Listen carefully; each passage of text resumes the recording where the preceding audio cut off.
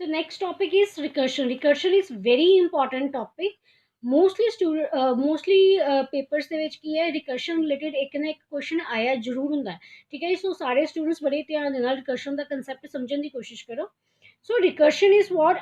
a function is called recursive when it calls itself. There is always if statement in a recursive function to force the function to return without recursive call being executed, otherwise the function goes in indefinite loop. It means कि कोई भी function है ਜਿਹੜਾ ਆਪਣੇ ਆਪ ਨੂੰ ਬਾਰ-ਬਾਰ ਕਾਲ ਕਰ ਰਿਹਾ ਹੈ ਉਸ ਚੀਜ਼ ਨੂੰ ਆਪਾਂ ਕਹਿੰਦੇ ਰਿਕਰਸ਼ਨ ਉਸ ਫੰਕਸ਼ਨ ਨੂੰ ਆਪਾਂ ਕਹਿੰਦੇ ਰਿਕਰਸਿਵ ਫੰਕਸ਼ਨ ਕਲੀਅਰ ਹੈ ਫॉर एग्जांपल अगर ਆਪਾਂ ਸਿੰਪਲ एग्जांपल ਲਈਏ ਫੈਕਟੋਰੀਅਲ ਦੀ लाइक अगर मैं 3 का फैक्टोरियल करा 3 का फैक्टोरियल की होएगा 3 इंटू 2 इंटू 1 क्लियर है इस चीज अगर हम थोड़ी लार्ज एग्जांपल लीए लाइक 5 का factorial मीनस 5 into 4 into 3 into 2 into 1 इस चीज कहते हैं आप क्लियर है बट एक्चुअल च हो की रहा है कि जो आप 5 का फैक्टोरियल करने 5 मल्टीप्लाई बाय 4 का factorial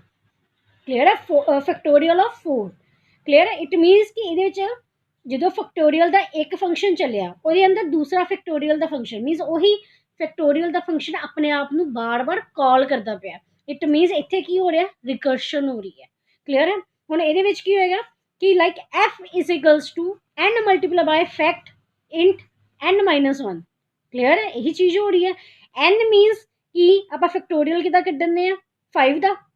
5 multiply by factorial n minus 1 means 5 multiply by 5 minus 1 means 5 multiply by 4 then 4 multiply by 3 3 multiply by 2 2 multiply by 1 इस तरीके नाल ਆਪਾਂ फैक्टोरियल ਕੱਢਣੇ ਆ क्लियर है सो ਆਪਾਂ ਇੱਕ ਪ੍ਰੋਗਰਾਮ ਦੇ ਨਾਲ ਇਹ ਪੂਰੇ ਦੇ ਪੂਰੇ ਕਨਸੈਪਟ ਨੂੰ ਸਮਝਣ ਦੀ ਕੋਸ਼ਿਸ਼ ਕਰਦੇ ਹਾਂ ਦੇਖੋ factorial of a number using recursion mostly papers ਦੇ ਵਿੱਚ ਨਾ ਇੱਕ क्वेश्चन आंदे ਹੁੰਦਾ कि write a program to like factorial of a number with or without using recursion clear है ਹੁਣ ਇਹਦੇ ਵਿੱਚ ਦੇਖੋ by using recursion ਆਪਾਂ ਕਿਸ ਤਰੀਕੇ ਨਾਲ ਫੈਕਟੋਰੀਅਲ ਨਿਕਾਲਦੇ ਹਾਂ ਕਿਸੇ ਵੀ ਨੰਬਰ ਦਾ ਹੁਣ ਆਪਾਂ ਫੰਕਸ਼ਨ ਦਾ ਕਨਸੈਪਟ ਕੀਤਾ ਹੈ ਕਲੀਅਰ ਹੈ ਹੁਣ ਸਭ ਤੋਂ ਪਹਿਲਾਂ ਕੀ ਆ ਗਿਆ ਸਾਡੀ ਫੰਕਸ਼ਨ ਡੈਕਲੇਰੇਸ਼ਨ इंट मीनस जी रिटर्न टाइप है वो कि होएगी इंटीजर की जी वैल्यू रिटर्न करेगा वो इंटीजर वैल्यू रिटर्न करेगा फंक्शन का नाम की है फैक्ट इंट एक्स मीनस आप इतने आर्गूमेंट्स पास करवा रहे हैं एक्स दे विच एक्स के थ्रू आर्गूमेंट्स पास होंगे क्लियर दैन साडा मेन फंक्शन शुरू होया क्लियर है हुण मेन फंक्शन दे विच की आ गया इंट एन कोमा रिजल्ट सब तो पहला की आप एन एंटर कराया number enter a number n च वैल्यू हैगी सपोज करो n is equals to 5 clear है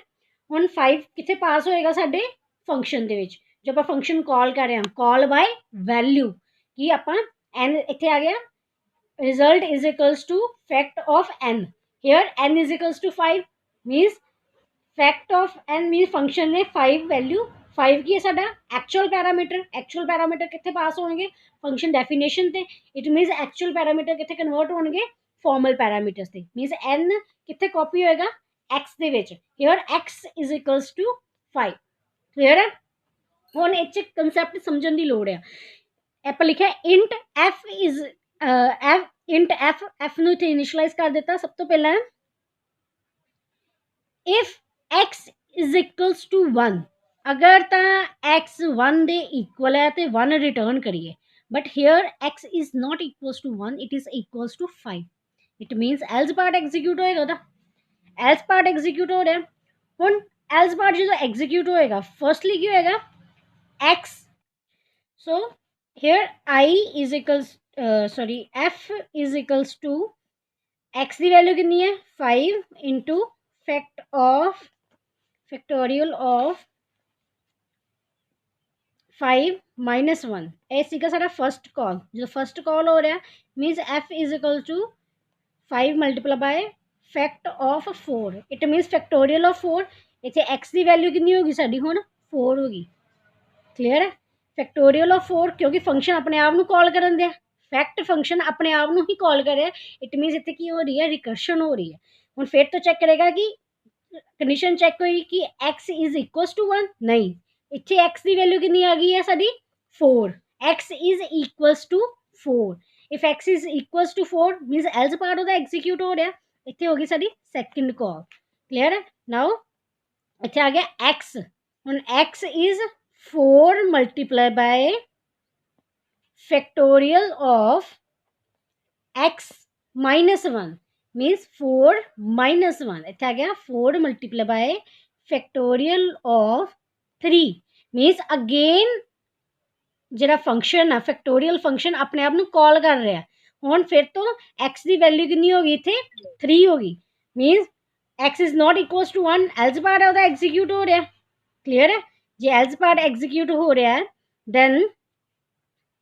जे एल्स पार्ट एग्जीक्यूट हो रहा है it means again in third call x कितना आ गया साडा 3 into fact of 3 minus 1 means 2, क्या माइनस 2 कितना आ गया 2। फिर तो देखेंगे फैक्टोरियल मीन्स फंक्शन अपने आप में फिर तो कॉल करने लग पाया, x is equal to 2, x is not equal to 1 that means कि else part of the execute हो रहा है, मीन्स फोर्थ कॉल ਦੇ ਵਿੱਚ ਕੀ ਆਇਆ 2 multiply by factorial of 1, 2 minus 1 is equals to 1, 2 minus 1 is equals to 1। Clear है? हुण अगेन फैक्टोरियल ने अपने आप ਨੂੰ कॉल किया x, फिर तो चेक किया x की वैल्यू कितनी आ गई 1 आ गई, x इज इक्वल्स टू 1 उन्होंने लिखा अगर x 1 है तो की आ जाएगा रिटर्न 1, इट मीन्स इतने उन्हें की वैल्यू रिटर्न करती 1, so 2 multiply by 1 is equals to 2। Clear है? समझ आया? हुण अगेन मैं क्या ही फैक्टोरियल ऑफ 2 है उधर वैल्यू की आंदी साडी वैल्यू की आंदी इहदी 2 मीन्स इत्थे उन्हें की वैल्यू रिटर्न करा दी 2, 2 multiply by 3 is equals to 6। Clear है? हुण इत्थे एक इत्थे एक नू रिटर्न करेगा इनू, हुण इत्थे वैल्यू की आ गई 6, 4 multiply by 6 is equals to 24। Clear है? यही क्या फैक्टोरियल ऑफ 4, फैक्टोरियल ऑफ 4 की वैल्यू कितनी आ गई 24, 5 multiply by 24 is equals to 120। Now f is equals to 120 means कि f is equals to 120 and return the value of f। हुण f इत्थे रिटर्न हो रहा है तो जो रिटर्न करांगे वैल्यू इत्थे आ जाएगी, इत्थे आ गया 120, so the result is equals to 120 and print करेगा 120। सो ये विच मेन थिंग की है कि एक फंक्शन आप फैक्टोरियल नाम का बनाया तो फैक्टोरियल बार बार अपने आप नू ही कॉल कर रहा है। क्लियर है? ये जो फंक्शन अपने आप नू बार बार कॉल करे उस चीज़ नू आपां कहंदे रिकर्शन।